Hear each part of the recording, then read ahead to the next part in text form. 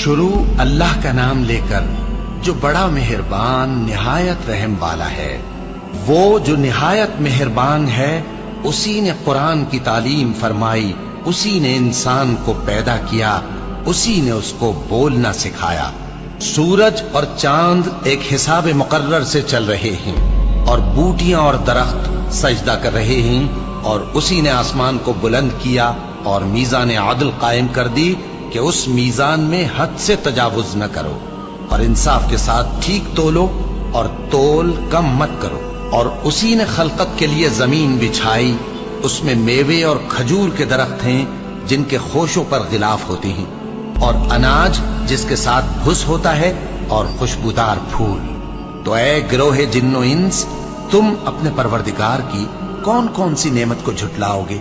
उसी ने इंसान को ठीकरे की तरह खनखनाती मिट्टी से बनाया और जिन्नात को आग के शोले से पैदा किया।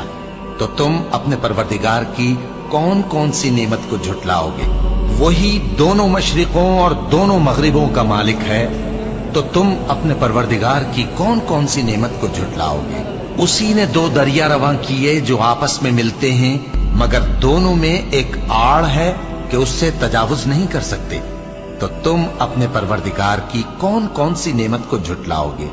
उन दोनों दरियाओं से मोती और मूंगे निकलते हैं, तो तुम अपने परवरदिगार की कौन कौन सी नेमत को झुटलाओ? जो मखलूक जमीन पर है सबको फना होना है, और तुम्हारे परवरदिगार ही की जात जो साहिब जलाल करम है बाकी रहेगी। तो तुम अपने परवरदिगार की कौन कौन सी नेमत को झुटलाओगे? आसमान और जमीन में जितने लोग हैं सब उसी से मांगते हैं, वो हर रोज किसी न किसी काम में होता है। तो तुम अपने परवरदिगार की कौन कौन सी नेमत को झुटलाओगे? ऐ दोनों जमातों, हम अन करीब तुम्हारी तरफ मुतवज्जे होते हैं, तो तुम अपने परवरदिगार की कौन कौन सी नेमत को झुटलाओगे? ऐ गिरोहे जिन्नो इंस, अगर तुम्हें कुदरत हो कि आसमान और जमीन के किनारों से निकल जाओ तो निकल जाओ, और जोर के सिवा तो तुम निकल सकने ही के नहीं। तो तुम अपने परवरदिगार की कौन कौन सी नेमत को झुटलाओगे? तुम पर आग के शोले साफ और धुआं मिले छोड़ दिए जाएंगे, तो फिर तुम उनका मुकाबला न कर सकोगे। तो तुम अपने परवरदिगार की कौन कौन सी नेमत को झुटलाओगे? फिर जब आसमान फट कर तेल की तलछट की तरह गुलाबी हो जाएगा, तो वो कैसा हौलनाक दिन होगा। तो तुम अपने परवरदिगार की कौन कौन सी नेमत को झुटलाओगे? तो उस रोज न तो किसी इंसान से उसके गुनाहों के बारे में पुरसिश की जाएगी और न किसी जिन से। तो तुम अपने परवरदिगार की कौन कौन सी नेमत को झुटलाओगे? गुनाहगार अपने चेहरे ही से पहचान लिए जाएंगे, तो पेशानी के बालों और पांव से पकड़ लिए जाएंगे। तो तुम अपने परवरदिगार की कौन कौन सी नेमत को झुटलाओगे? यही वो जहन्नम है जिसे गुनाहगार लोग झुटलाते थे।